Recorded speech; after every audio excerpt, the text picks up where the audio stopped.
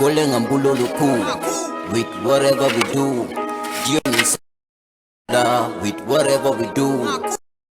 Munyu school, nyepamne ne kudlukula. Nyepangi ragala gena, nyepamne ne kudlukula. Ibuloke numoto ni beti sola.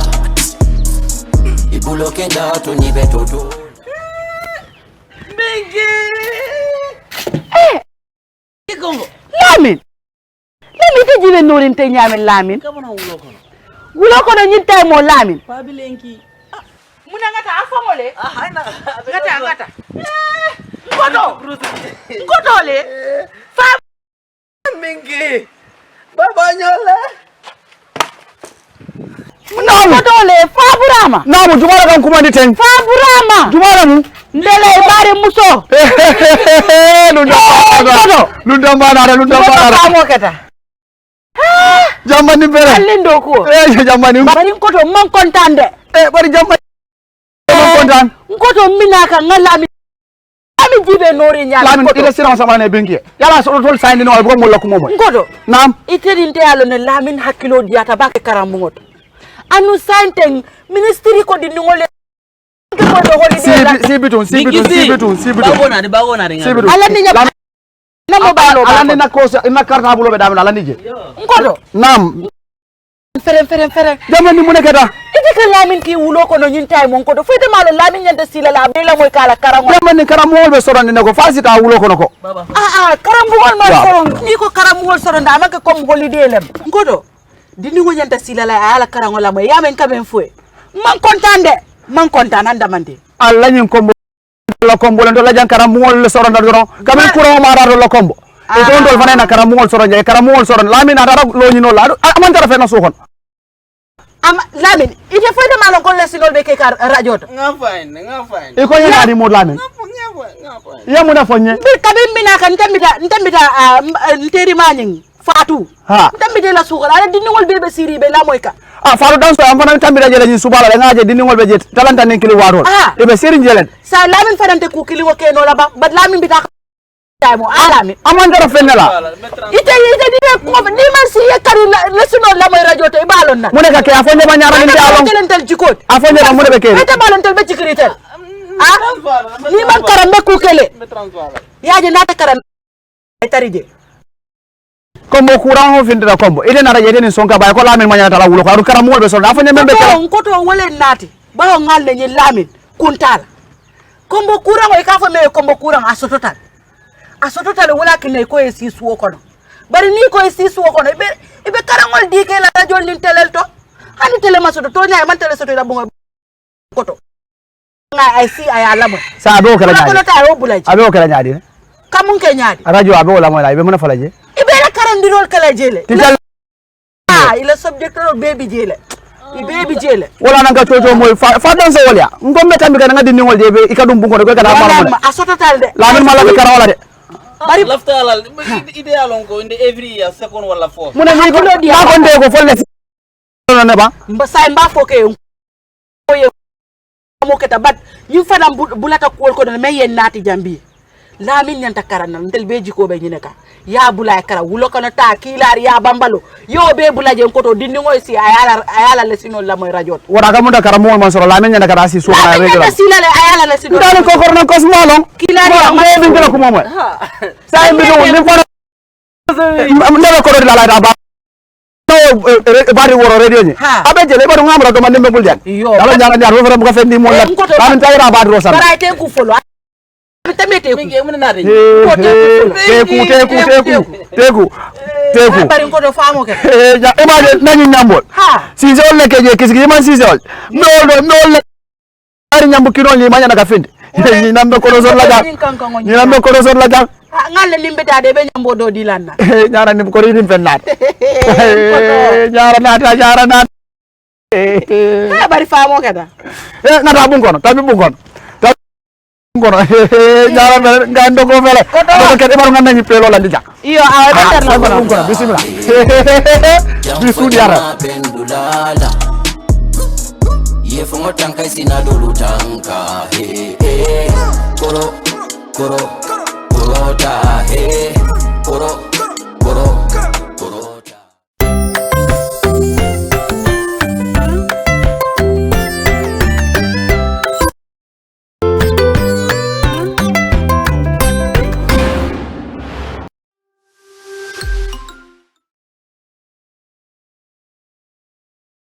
Hello everyone, welcome to lesson 6, the Aku, origin and migration of the Aku.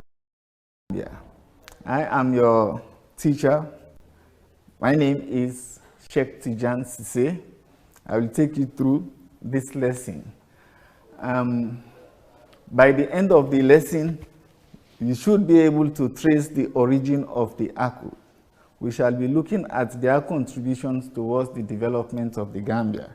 We shall also look at their social life, as well as aspects of Western adopted Akus. As the name goes, Aku is the other ethnic group that you have covered. In the Mandinkas, you learned that the word Mandinka means people, also means language. You have Wolof people, Wolof language. You have Jola people, Jola language. You have Sarahule people, Sarahule language. Here also is no exception. You have the Aku and the Aku language. Better still, you can call them Creoles. In some West African countries, they call them Creole. But in the Gambia, they are known as Akus.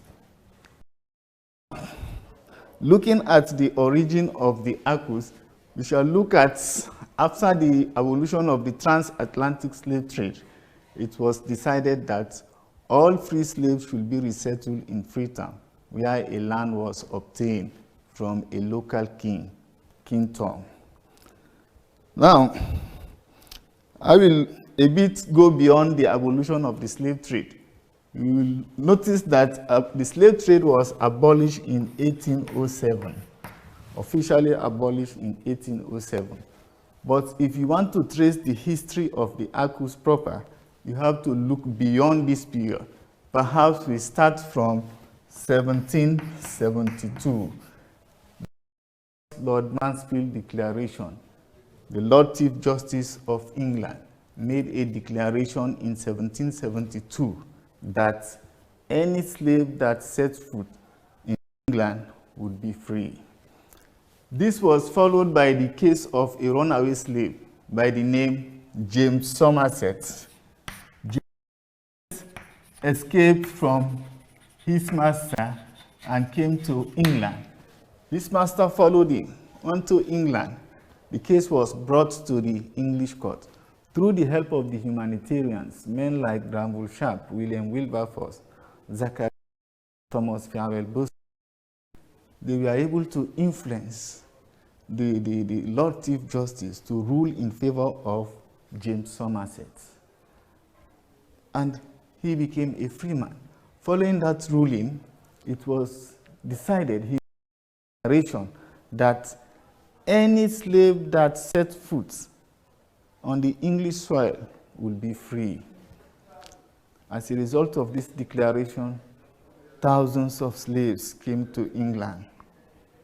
Thousands and thousands of them escaped from their masters to England. This subsequently resulted to the American War of Independence that started in 1776 and ended in 1783. During this war, the British government made a promise to the slaves that any slave that fought on the side of the British government would be freed. Many of them fought on behalf of the British government. Unfortunately, Britain lost the war. America got their independence.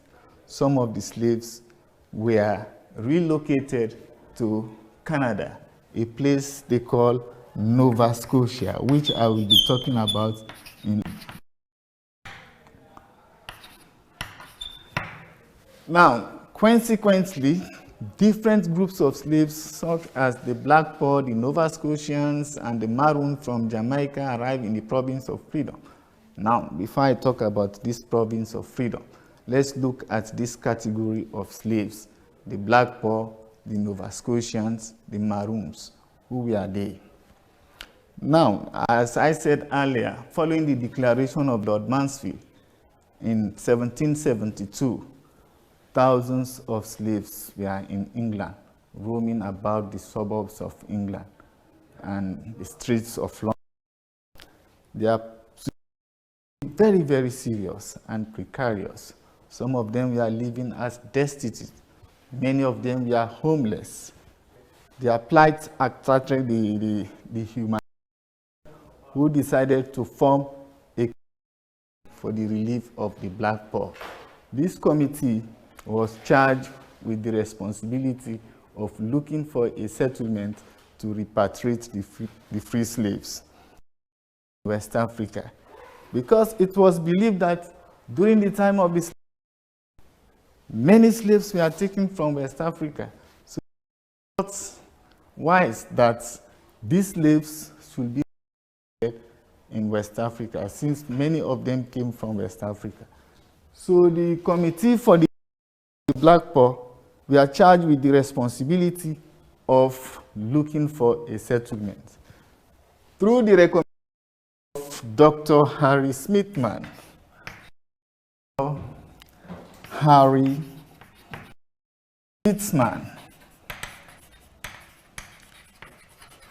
who recommended Freetown, Australia, to be a place to repatriate the free slaves, because at that time, Sierra Leone had a natural harbor that can anchor ships. So, the first batch of free slaves, comprised of 411 men and women, were brought to Freetown on the 14th May 1787. These slaves, this first batch was known as the Black Poor. The Black Poor. Take note, these Black Poor were mainly from England. They were brought to Freetown. They reach Sierra Leone, they look at the place, they call it Province of Freedom. This is the promised land. Remember earlier that during the American War of Independence, the British government promised that any slave that fought on the side of Britain would be free and a land would be given to them for their settlement. So the negotiation between King Tom and the British was in fulfillment of this promise that the British government made to the slaves. So the first set of slaves were brought to Freetown on the 14th of May, 1787. This set of slaves were known as the Black Poor. Now, I also said earlier that they also became interested in coming back to Africa. So the second set of slaves to be brought to the province were the Nova Scotians. The Nova Scotians. Better still, call them what? The Canadians, Nova Scotians. These Nova Scotians arrived in the province of Freedom in 1792. The third group were the Maroons. These Maroons were from Jamaica. These were rebellious slaves that forcefully took their independence from their masters. When they heard that the Black Poor had been repatriated to the province of Freedom, the Nova Scotians also been taken to the province of Freedom, they too declared their own independence. In 1796, they declared their own independence. They took to the mountains in Jamaica. So the humanitarians also were very sympathetic with their situation. They decided to repatriate them to the province of Freedom. So we can see the third group here were the last group I will talk about. Here I'm just trying for you to know the different set of free slaves that form the Aku, or referred to as the Aku or Creoles. The last set I will talk about were the the recaptives. Recaptives. Why are they called recaptives? Better still, if you don't call them recaptives, you can call them liberated Africans. Liberated Africans. These were people that were captured and sold as slaves. 7, when the British decided to form the British Anti-Slave Squadron to patrol the waters of the Atlantic Ocean. So this naval squadron was charged with that responsibility. Those captured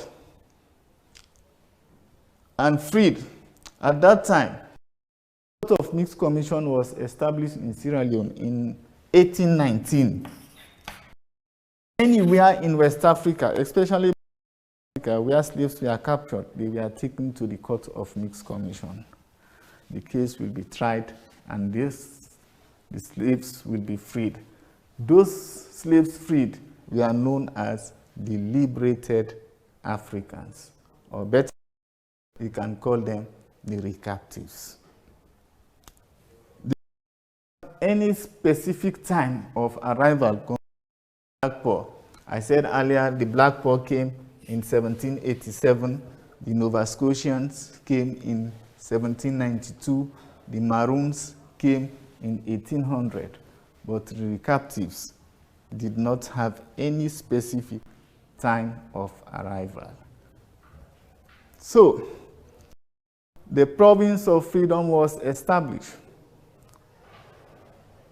And this Province of Freedom was initially named Granville Town of Shah, one of the humanitarians.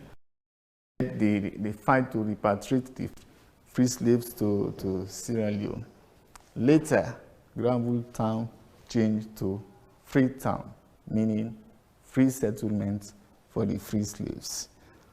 Already you can see that the captives were the last to arrive, right? The captives or liberated Africans, as they were known, were also brought to the new settlement in Freetown. So you can see initially the arrangements between the British and King Tom, the local Timney king, who was in charge of the peninsula, who sold for 59 pounds sterling worth of goods, not physical money, but goods like tobacco, alcohol, wine, used clothing, you name it.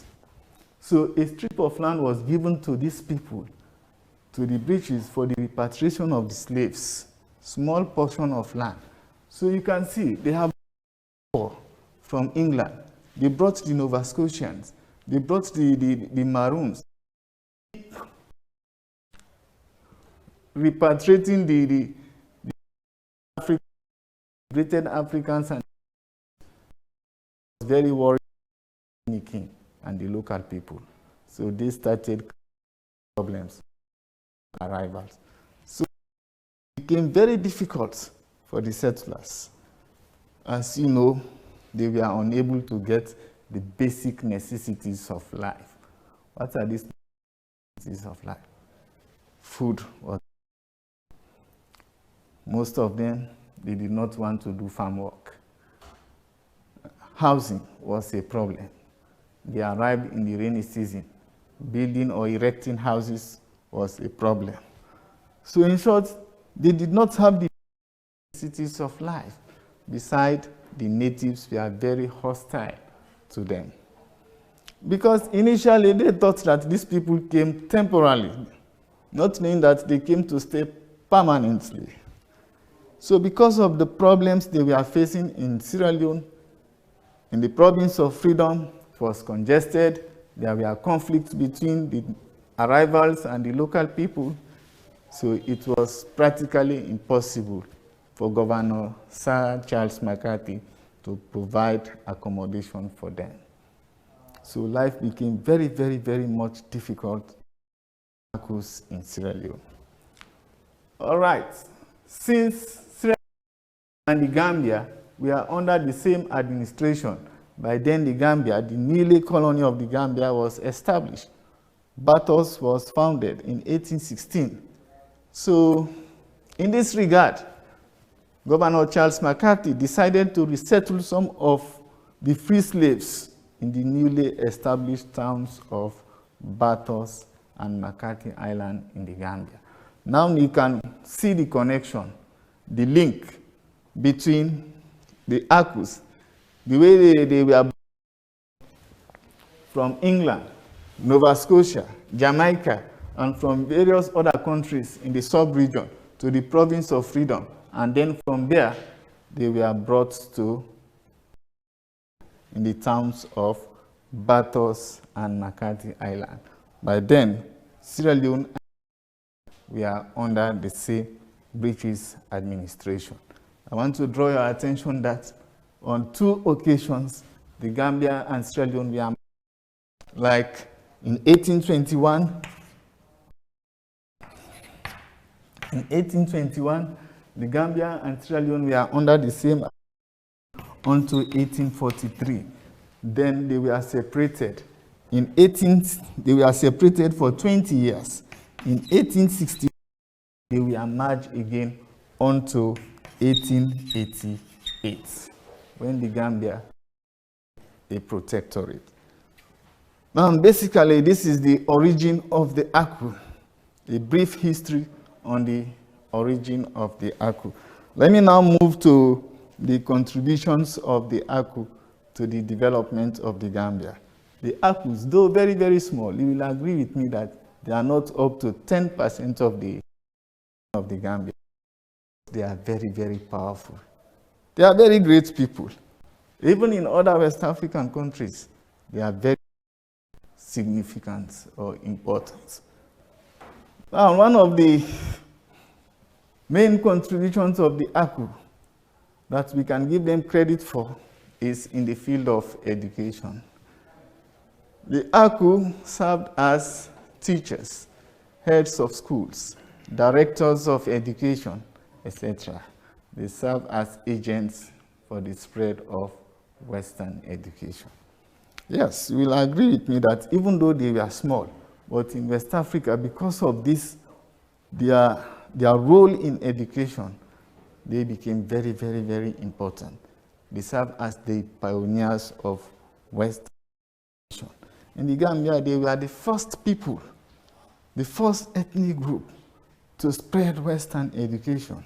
In most of the schools established during the colonial era, they served as teachers in those schools. Being educated people, they serve as heads of schools in those schools established by the colonial government. They also served as directors of education in the Gambia. So in short, the Akus served as agents for the spread of Western education. Another important contribution of the Akus to the development of the Gambia was in the field of religion. Their Western education enabled them to be able to read and write the Bible. They therefore contributed a lot to the spread of Christianity. They held key positions in the churches. Of course, even today, you will agree, the Akus are very, very religious, especially in the Christian way.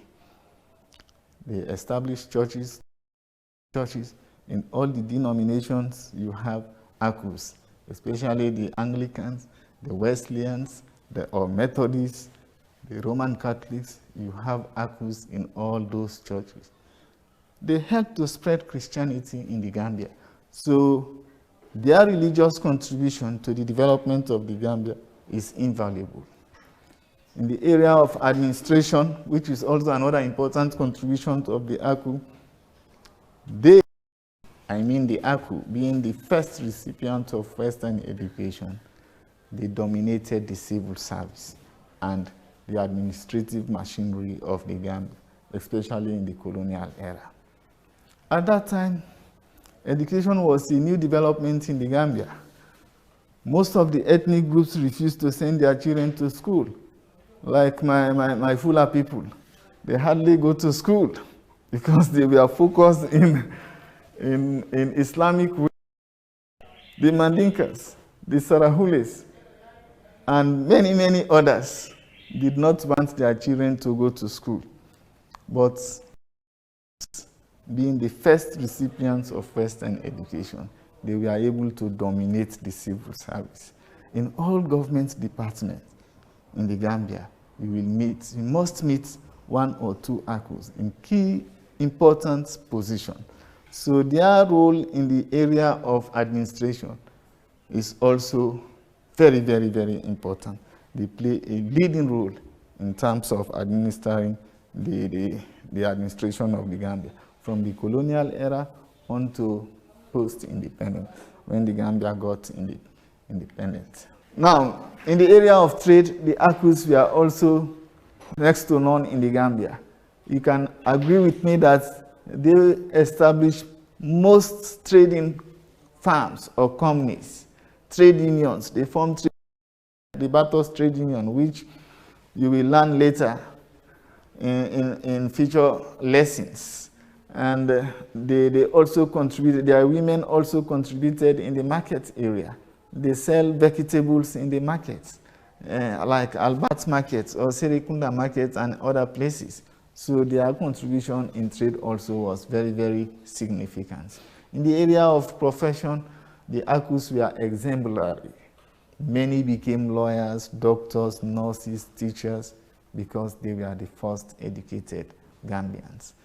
Industry, they were very industrious and contributed greatly in skills like carpentry, masonry, bricklaying, etc.